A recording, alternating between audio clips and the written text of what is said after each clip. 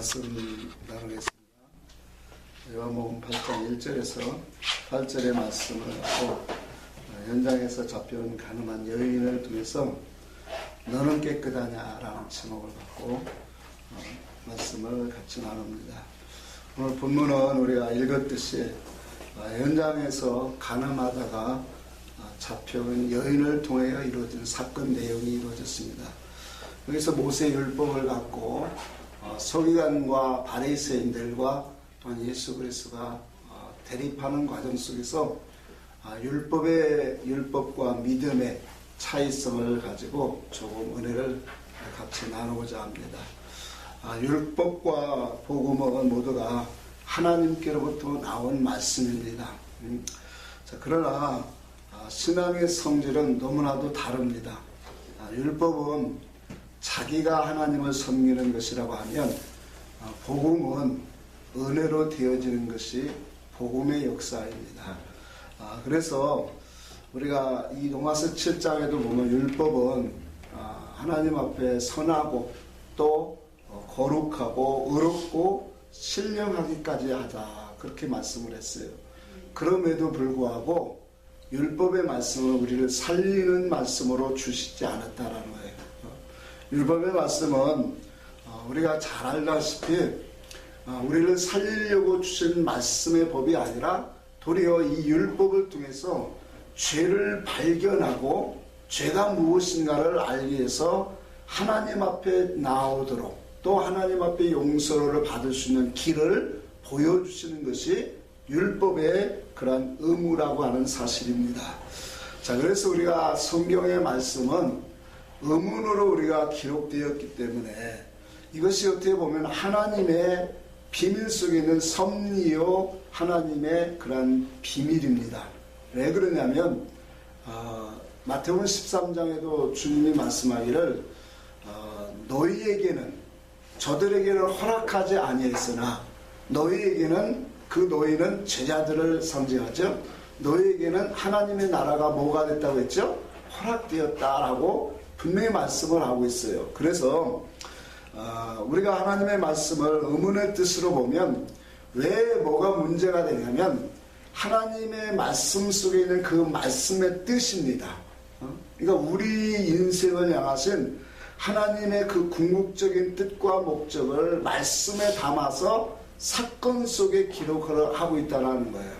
근데 우리가 의문의 말씀의 뜻으로 그 말씀을 먹으면 하나님의 뜻과 목적이 보여지지 아니하고 사건적인 이 세상의 내용으로 우리가 교훈을 삼는다라는 거예요. 자, 그렇게 되다 보니까 우리가 세상적인 기준에서 사건과 어떠한 윤리 도덕적인 기준에서 성경이 크게 보이고 영적인 면들은 감추어진다라는 거예요. 자, 그래서 우리가 오직 살리는 것은 영이라 그렇게 말한 거예요. 주님이 육은 무익하니라 그렇게 말했어요. 그럼 살리는 것이 영인데 그 영이 무엇이냐라고 하니까 주님이 내가 너에게 이르는 말이 영이고 진리 생명이다. 자, 그러니 주가 이르시는 말씀은 우리가 한마디로 정리하면 진리의 말씀이다. 그 진리의 말씀이 영이고 우리를 살리는 생명이다라고 하는 것을 우리에게 분명히 말씀을 하고 있습니다. 고린도전서 15장에도 보면 이런 말씀을 하셨어요. 사망아 쏘는 것이 내가 쏘는 것이 무엇이냐? 사망이 쏘는 것은 죄요. 죄의 권능은 율법이니라. 자, 사망은 누구를 말합니까? 흑암의 권세죠. 흑암의 권세가 우리의 무엇을 보고 공격을 한다라는 거예요? 죄를 보고 죄가 있기 때문에 공격한다라는 거예요. 근데 그 죄의 권능이 어디서 오느냐? 율법에서 온다라는 거예요. 자, 이 말씀을 우리가 풀어서 이해하지 않으면 성경을 오해할 수 있다라는 거예요. 어떻게 죄의 권능이 율법에서 올까? 그렇지 않아요. 율법도 하나님께로 오는 것이고 신령하고 거룩하고 아름답고 선하고 의로운 거단 말이에요. 근데 왜 그 율법이 이와 같이 우리에게 죄의 권능으로 율법에서 힘을 받고 있느냐라는 사실이에요. 자, 그래서 우리가 하나님의 말씀을 우리가 바로 깨달아야 돼. 조금 전에도 말했지만 율법 속에는 뭐가 들었다고 했어요? 여러 가지 사건으로 우리가 성경을 기록하고 있지만 그 율법 속에는 하나님의 뜻과 목적이 있단 말이에요. 하나님의 의사성과 계시성이 있는데 그 계시성이 감추어져 있다라고 말하고 있어요. 그러니까 그 감추어져 있는 것을 인간의 어떠한 지혜와 지식으로 그 문자의 의미로 풀게 되어지면 하나님의 뜻이 나올 수 있어요? 없어요? 없어요. 그러면 그 뜻은 뭐냐면 세상에 속한 그러한 이야기만 나온다는 거예요. 자, 그리고 이것을 가지고 로마서 7장에 보니까 죄가 기회를 탓하라는 거예요. 그러니까 하나님의 말씀은 하나님이 허락하셔서 당신의 영으로 그 말씀을 우리에게 풀어주셔야 된다는 거예요. 그래서 성경은 오직 모든 성경은 무엇으로 기록되었다고 했어요? 하나님의 감동하심으로 기록되었나니. 모든 성경은 하나님의 영으로 감동되어 기록됐단 말이에요.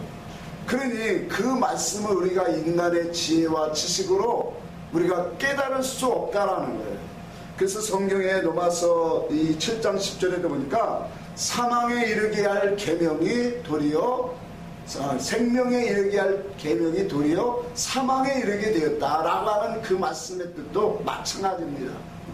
하나님의 증거를 우리에게 주시기 전에는 우리는 알 수가 없다라는 거예요. 하나님의 말씀의 뜻을 우리가 어떻게 알고 있느냐는 거예요. 근데 인간이 자기의 지혜와 인간의 세상의 인식으로 그 말씀을 억지로 풀어버리면 하나님의 말씀이 어떻게 되는 거예요? 왜곡되어지고 거짓되어지게 되기 때문에 그 속에서 불의가, 죄가 발생한다라는 거예요. 우리 디모데전서 한번 보고 갑시다. 디모데전서 1장 보고 갑시다.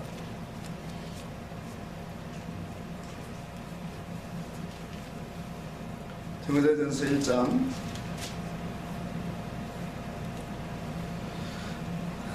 8절 한번 읽겠습니다. 8절 같이 한번 읽을까요? 시작. 그러나 율법은 사람을 그것을 적법하게 했으며 선한 것임을 우리가 아노라. 자, 여기 보니까 율법을 뭐 하게 쓰면? 옛날 성경은 합당하게 쓰면, 또 다른 성경은 법 있게 쓰면, 이것은 무엇이라고 했어요? 선한 것이다. 그렇게 말씀을 하고 있어요.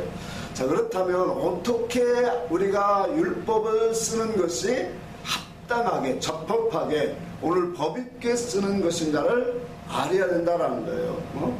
자, 죄를 우리가 지난번에 봤지만 하나님의 뜻이 우리가 밝혀지기 전에는 하나님의 말씀이 왜곡되어지고 거짓되어진다는 거예요. 그러면 우리가 율법을 합당하게 우리가 사용되어지려면 무엇이 이루어져야 될까요? 그 속에 감추었던 하나님의 뜻과 비밀이 뭐하면 돼요? 드러나면 되는 거예요. 드러나고 밝혀지면 그 속에서 하나님의 그 아름다운 선한 것이 나오기 때문에 그 이후로는 율법도 선하고 아름답고 우리에게 합당한 말씀이 되어진다는 거예요. 그러니까 진리가 와서 모든 말씀을 우리가 영으로 진리로 먹을 수 있다면 그 율법을 주신 말씀들이 전부 다 선하고 의롭고 아름답게 우리에게 활용되어진다는 것을 우리에게 성경에 보여주고 있습니다. 그래서 이와 같은 이 영적인 것들은 사람의 지혜로는 할 수 없다라는 거예요. 그래서 이사야 34장 16절에 보니까 하나님의 말씀은 다 짝이 있다 그렇게 말한 거예요.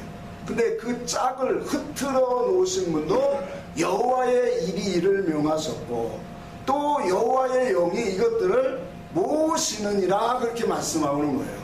그러니까 하나님의 말씀은 다 짝이 있다라는 거예요. 그 짝을 만나면 어떻게 된다라는 거예요? 그 말씀의 뜻이 풀어진다라는 의미예요.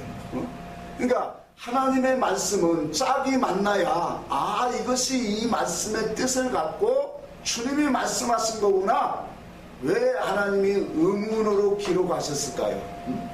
의문으로 기록하니까 사람들은 이 지혜와 지식을 가진 사람들은 자기 지혜 지식으로 성경을 읽고 판단하고 그것을 뜻을 이야기한다란 말이에요. 자, 그러나 이 뜻은 하나님의 올바른 선한 뜻이 아니에요.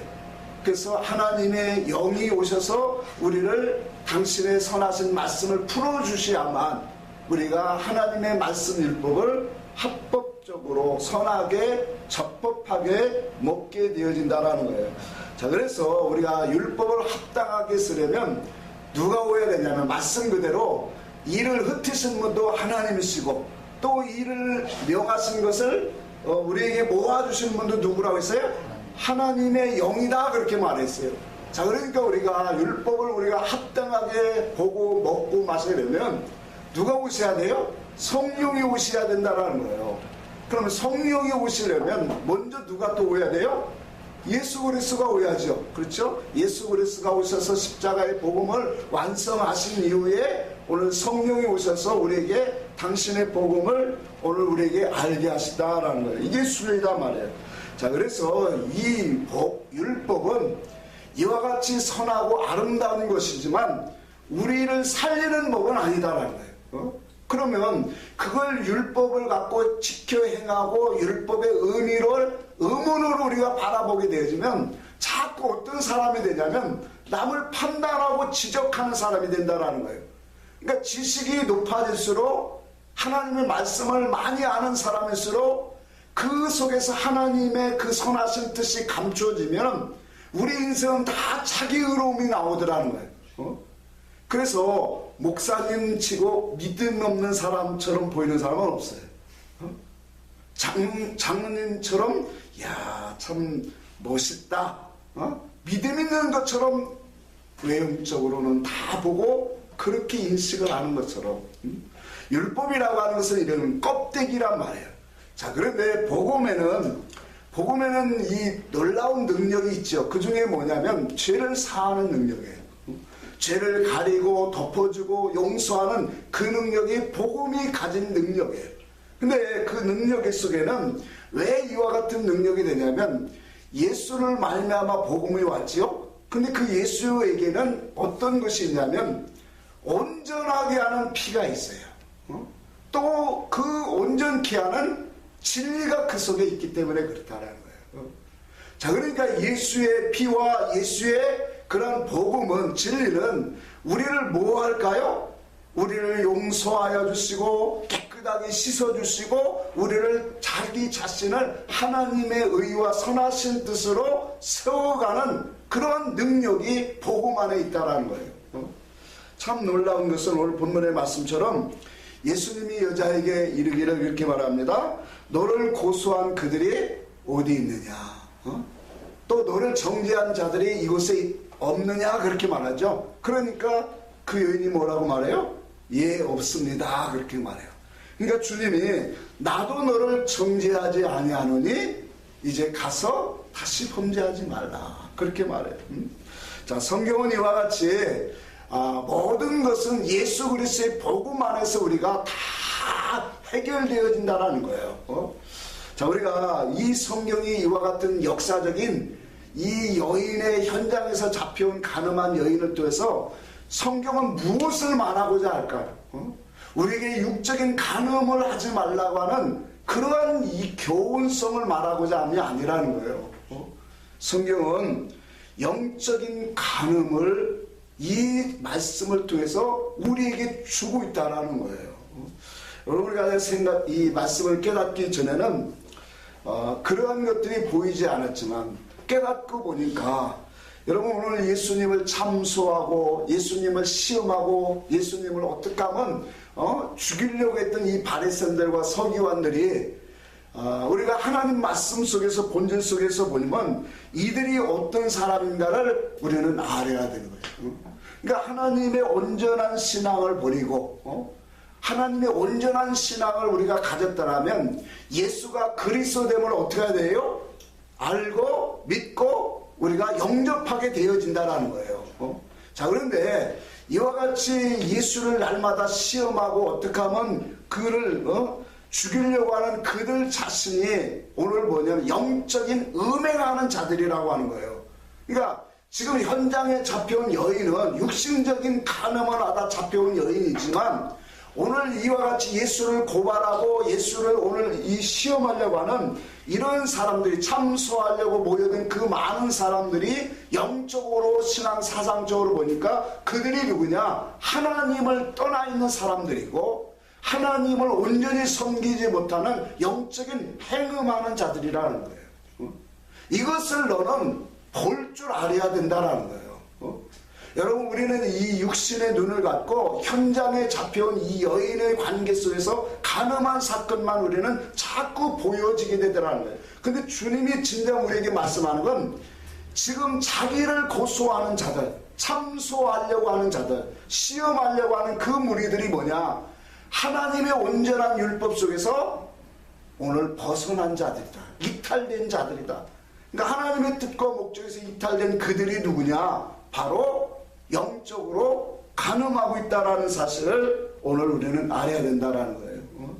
자, 그러니까 우리가 하나님을 율법 아래서도 진실하게 하나님을 살아가면 하나님이 그와 함께 하시고 하나님이 그에게 하나님의 은혜를 부어주게 돼 있다라는 거예요. 그러니 오늘날도 하나님을 사랑하고 우리 마음속에 하나님을 사랑하지 아니하고 우리 마음속에 하나님 두기를 싫어하면 어떻게 될까요?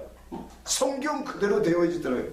누구든지 우리 속에 하나님을 사랑하지 않고 하나님을 마음에 두지 아니하면 우리 인생은 다 똑같아요. 어떤 자리에 가든지 불의와 추악과 악의와 욕심과 이러한 모든 것들이 더러운 것들이 육의 행실로 악행으로 나오고 있다라는 거예요. 자, 그러니까 하나님을 사랑의 관계 속에서 떨어지면 우리 마음속에 하나님을 소망하지 않으면 어느 누구도 다 어떻게 된다는 거예요?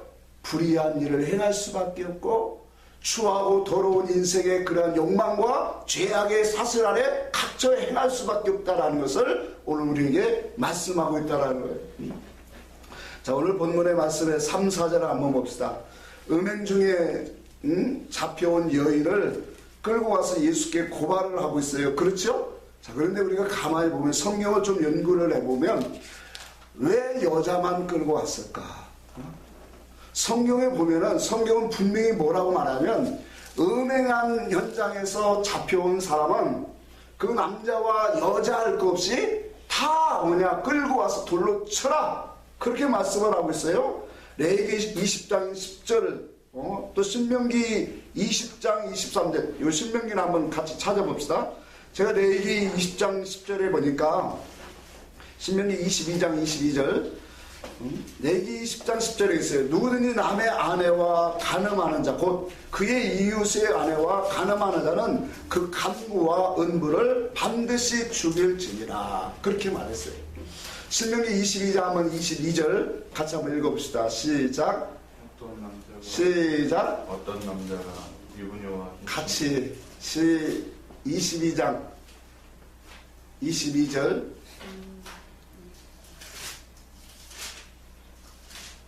22장. 예, 신명기 22장 22절 같이 한번 읽읍시다. 시작. 어떤 남자가 유부녀와 동침한 것이 드러나거든 그 동침한 남자와 그 여자를 둘 다 죽여 이스라엘인의 악을 제할지니라. 자, 여기 보니까 남자만도 아니고 여자만도 아니고 둘 다 어떻게 하라는 거예요? 다 죽이라는 거예요. 이것을 이스라엘에서 끊쳐지게 하라는 거예요. 자, 그런데 오늘 본문에서 현장에서 잡혀온 이 여자, 근데 왜 여자만 끌고 왔을까요? 이건 하나님의 이 계시적 영적인 교훈을 우리에게 주시고자 하나님이 이렇게 지금 하신 것이다 말이에요.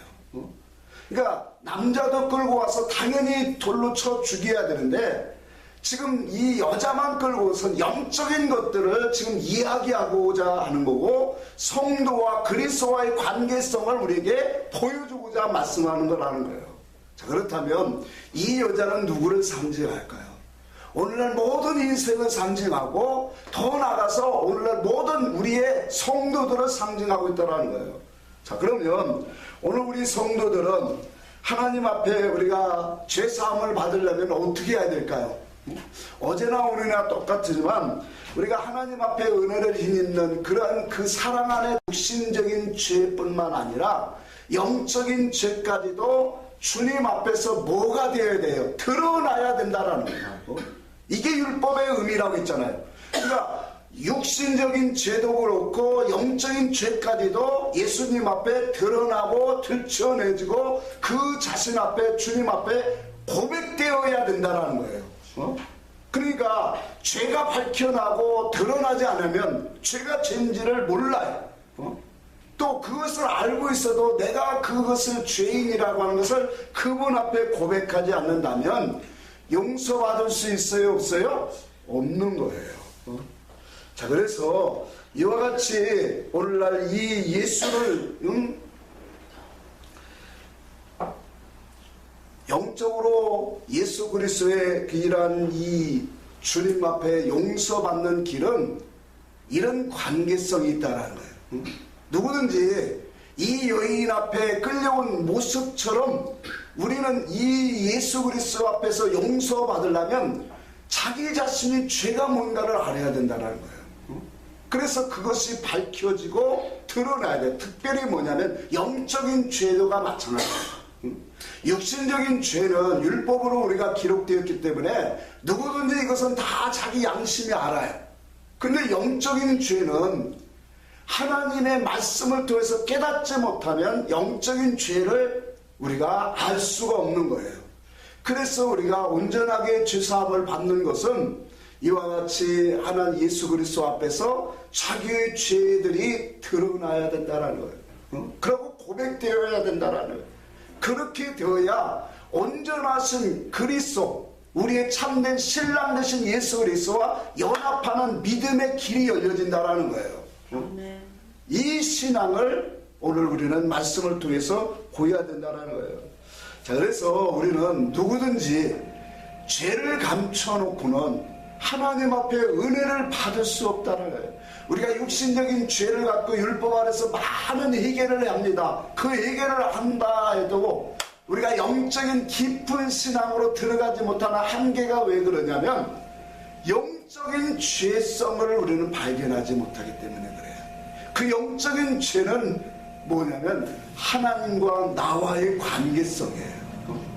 자, 그러니까 진리의 말씀이 오고 그 진리의 말씀을 통해서 우리가 깨달을 때 이것이 하나님과 나와의 막힌 담이구나, 이것이 죄악의 영적인 죄구나. 왜 깨달음을 통해서 우리는 이것들이 다 용서받고 그리스도와 연합이 되었기 때문에. 잠언 28장 13절에 자기 죄를 가리운 자는 불쌍히 여김을 받지 못한다 그랬어요. 자기 죄를 고백하는 자는 그분 앞에 고백하는 자는 용서함을 불쌍히 여김을 받으리라, 그렇게 말씀한 것처럼 우리의 죄를 그분 앞에 낱낱이 우리는 고백할 줄 알아야 된다는 거예요. 그 속에서 하나님의 진리를 가지고 영의 죄를 깨달아가면 우리의 신앙은 온전한 신앙으로 점점 나아가게 되어진다는 거예요. 자, 그래서 우리가 우리 모든 인생은 하나님의 긍휼하심을 입어야 돼요.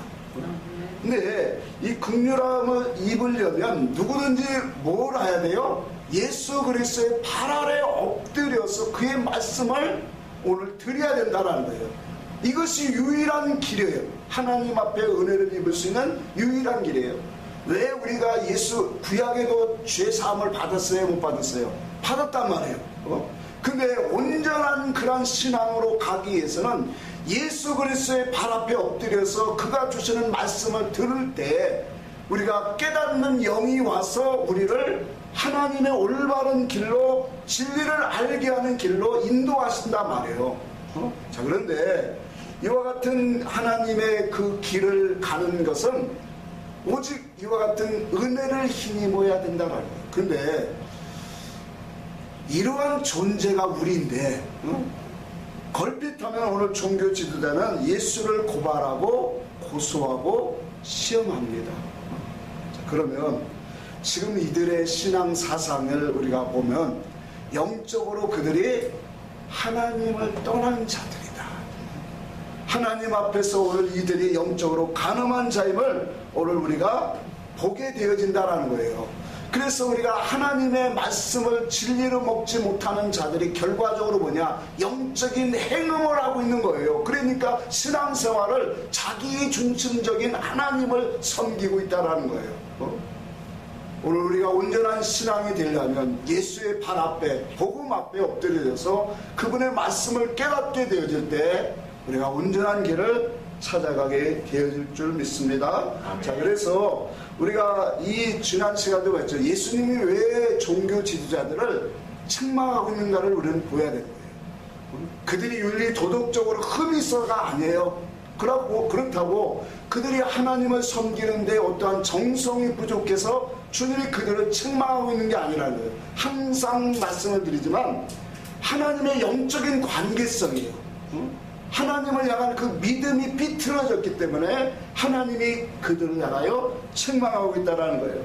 자, 그러니까 하나님을 아는 지식이 비틀어지면 이와 같이 우리의 신앙이 어떤 길로 가냐면 다른 길로 가게 되어진다는 거예요. 자, 우리가 마태복음 23장에 보면 13절 15절에 보니까 그랬죠.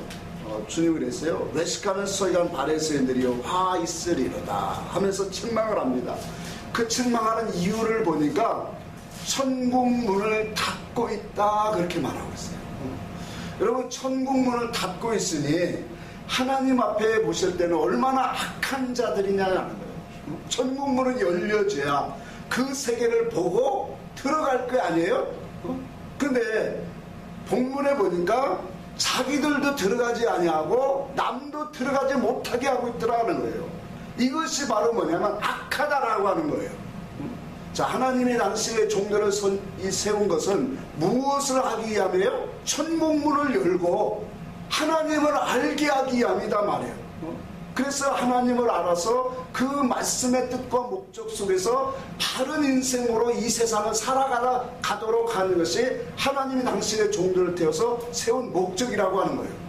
근데 그 목적을 닫고 있다라는 거예요. 그러니 주님이 화 있을진저 외식하는 서기관 바리새인들이여 하면서 책망을 하고 있다라는 거예요.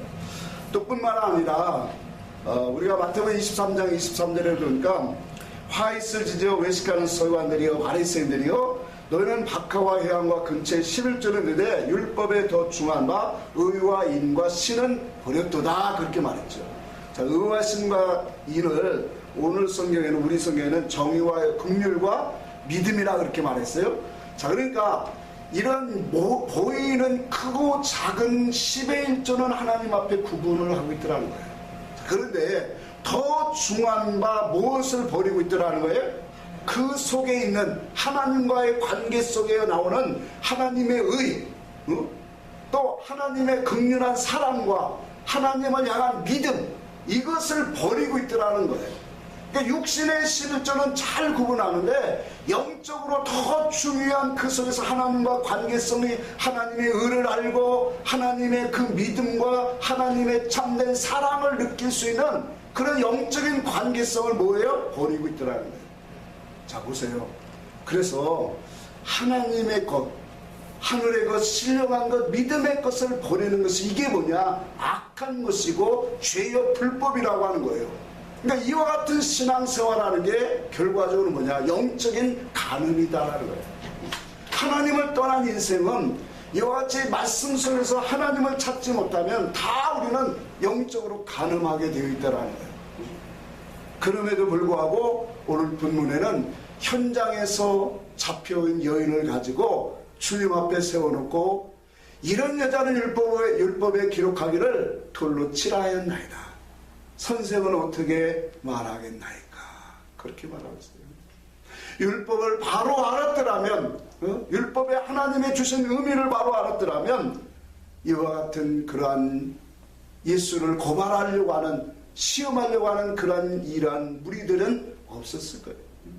오늘 본문의 말씀을 통해서 우리가 하나님의 말씀을 잠시 보면 이와 같은 질문을 받았을 때 예수님이 그래 율법에 돌로 치라고 했으니 돌로 치라.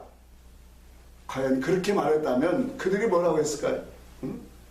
아마 예수님 앞에 그랬을 때 율법을 돌로 치라 그러면 사랑이 없다라고 말했을 거고, 그러고 용서하라 그렇게 하면 또 뭐라고 말했을까요?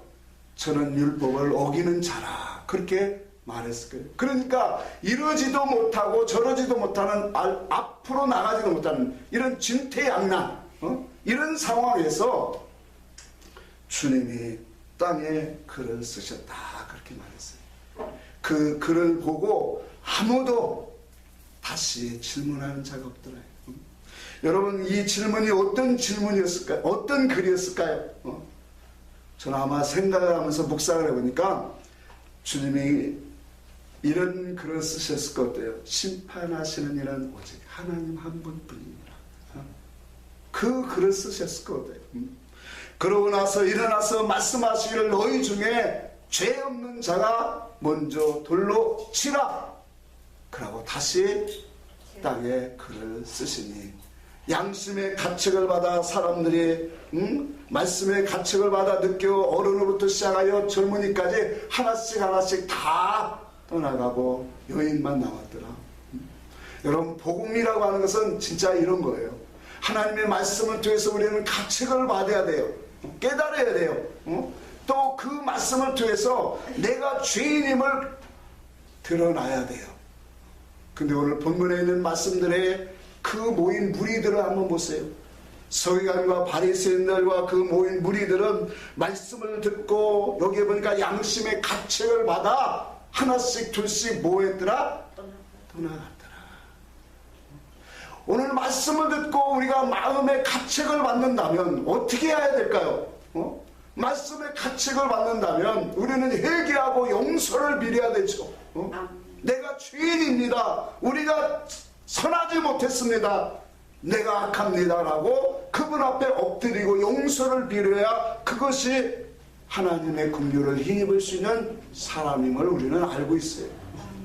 그런데 이와 같은 사람들은 말씀의 가책을 느끼고 느꼈지만 예수를 떠나갔어요. 이것이 왜 그럴까? 오늘날 우리는 이 세상에 사랑하는 이 예수 그리스도의 말씀 앞에 엎드리지 못하는 이유가 분명히 우리는 알고 있어야 돼요. 야고보서 4장에 그렇게 말합니다. 간음하는 여자들이여 세상과 벗됨이 하나님과 원수됨을 알지 못합니다. 성도가 세상을 사랑하는 것이 그게 간음이다라는 거예요. 두 주인을 섬기는 것이 간음한 믿음의 삶이라는 거예요. 그러니까 우리는 하나님 앞에서 우리가 세상의 벗이 되고자 할 때마다 스스로 뭐예요? 하나님과 뭐가 되고 있는 거예요? 원수 관계가 되고 있다라는 거예요. 영적인 간음이라고 하는 것은 이와 같이 하나님과 재물과 세상을 같이 섬길 수가 없다라는 거예요. 이보다 더 중한 간음이 오늘 우리에게 증거하는 하나님의 말씀에서 떠난 것이라는 거예요. 오늘 진리의 복음이 아닌 다른 교훈을 갖고 그것을 하나님의 말씀인 것처럼 믿게 하고 따라가게 하는 그 영적인 간음이 더 무섭다라고 하는 거예요. 이것 때문에 우리가 이단을 참 경계하라고 하는 이유도 여기에 있는 거예요. 여러분, 오늘날 이 시대가 한번 생각해 보세요. 이 시대가 왜 기복주의로 가득 차여 있을까요? 하나님의 교회의 강단에서 정말로 회개와 예수 그리스도의 진리의 말씀이 선포되어야 되는데 사람의 입맛에 맞는 그런 기복적인 신앙의 설교를 계속적으로 더 넘쳐나고 있다는 거예요. 이와 같은 것들은 오늘날 이 시대가 얼마나 영적으로 가늠되어 있는가를 오늘날 우리에게 여실히 보여주고 있다는 거예요. 교회가 회개가 사라지고 십자가의 복음이 사라지고 참된 진리의 복음이 없어지면 그 속에서 강단에서 그 진리가 나타나지 않으면 인생은 전부 다 악하게 나오게 되어 있다는 거예요. 그래서 영적인 진리의 복음이 아닌 다른 교훈을 가지고 다른 예수를 가지고 오늘 증거하는 것이 더 무섭다는 거예요. 고린도서 다시 한번 읽어보고 갑니다. 고린도서 11장에 3절 4절 같이 한번 읽겠습니다.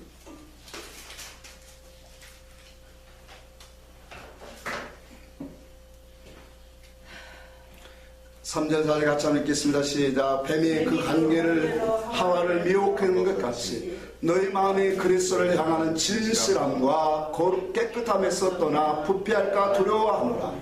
만일 누가 가서 우리가 전파하지 아니한 다른 예수를 전파하거나 혹은 너희가 받지 아니한 다른 영을 받게 하거나 혹은 너희가 받지 아니한 다른 복음을 받게 할 때 너희는 잘 용납하는구나. 그렇게 말했어요. 오늘 예수 그리스도의 참된 진리에서 떠나가게 하는, 오늘 우리에게 이런 진실함과 깨끗함에서 떠나게 부패하게 하는 원수 마귀는 고단수로 교회 안에 오늘 일하고 있다는 걸 알아야 돼요. 예수를 말하고 복음을 말하고 회개를 말하고 십자가를 말하고 진리를 말한다는데 다른 것으로 나오고 있다는 거예요. 예수가 먹으면, 진리를 먹으면 우리 속에 반드시 세워져야 되는 것이 진리의 사상이 세워져야 돼요. 진리의 사상이 없는 사람은 절대로 그리스도인이 될 수가 없어요. 수없이 20년 30년을 내가 예수 그리스도를 믿으며 신앙생활을, 교회생활을 했는데 내 속에 예수 그리스도의 사상과 같은 그 진리의 사상이 되어지지 않았다면 어떻게 삶 속에 우리가 구원운동을 할 수 있겠느냐라는 거예요. 계속해서 지난번에도 말씀을 드렸지만 우리가 하나님의 선하신 말씀, 영적인 주님의 살과 피를 먹고 마셔야 되는 이유가 어디 있냐? 영의 일을 참여하기 위함이다. 하나님의 선한 일에 우리가 참여할 수 있는 사람이 되기 위해서 우리는 영적인 생명의 말씀을 먹어야 된다는 거예요. 반대로 말하면 생명의 말씀을 우리가 먹지 못하면 영적 일이 안 된다는 거예요. 구원의 운동, 하나님과 나와의 관계성에서 끊어지지 않으려고 하는 그런 회개와 하나님의 주의 진리의 사상을 갖고 우리는 신앙생활에 나올 수가 없다는 거예요. 자, 그러다 보니까 신앙이 어떻게 될까요? 인본주의적으로, 자의적으로, 자기중심적인 그러한 이 신앙으로 다 그렇게 더럽혀진다는 거예요. 이것이 바로 뭐냐? 보이지 않는 영적인 가름이다 말이에요. 오늘날 성도 속에, 교회 안에 이것이 너무나 팽배하더란 말이에요. 오늘날 이 강단이 교회가 기복적인 신앙으로 가득하고 가고 있어요. 더구나 오늘날 설교들은 이제는 교회가 원하는 사람은 누구냐면 윤리도덕적으로 깨끗한 사람이에요. 나라도 그래요. 나라도. 윤리도덕적으로 깨끗한 정치. 오늘날 시대가 그런 이 태도예요. 세상을 사랑하고 세상 풍습을 쫓아 따라가는 자들은 오늘날 기복신앙으로 갈 수밖에 없어요. 그래서 진리를 모르면 오늘 신앙 사상적으로 얼마나 무서운지 아십니까? 진리를 모르는 이 기독교의 그 중심은 일반적인 사람보다 더 무서운 사람이 돼요. 참 이게 예수를 믿으면 우리는 예수의 형상으로 닮고 변화되고 새로워지는데 오늘날 진리를 알지 못하면, 진리가 나에게 와서 나를 변화시키고 나에게 새로운 사람으로 날마다 거듭적으로 그분이 생명을 주지 못하면 더 무서운 사람이 되더라는 거예요. 더 강박한 사람이 되고. 그래서 이것이 성경에 나오는 사상에 보니까 디모르 사상이고, 이것이 뭐냐면 네피림 사상이에요. 신앙과 세상이 섞여지면 바벨탑을 쌓게 된다니까요. 겉이 화려하고 겉이 크고 겉이 아름답게 하는 이러한 모습으로 나아가는 그 인본주의가 다 뭐냐? 요게 오늘 바벨탑이에요. 이와 같은 현상들은 하나님의 진리의 말씀이 그 속에 없기 때문에 나타나는 것이다. 그렇게 말해요. 여러분, 우리의 신앙의 삶은 소재의 삶과 같은 거예요. 오늘은 소재의 제사는 곡식을 빻아서 그것으로 빵과 과자를 삼아 먹으라고 하는 거예요. 오늘 우리의 삶이 하루하루가 우리 자신이 육신을 부인하고 자기를 십자가 앞에 내어놓고 오늘 자기를 부인하는 그 신앙의 삶이 뭐냐?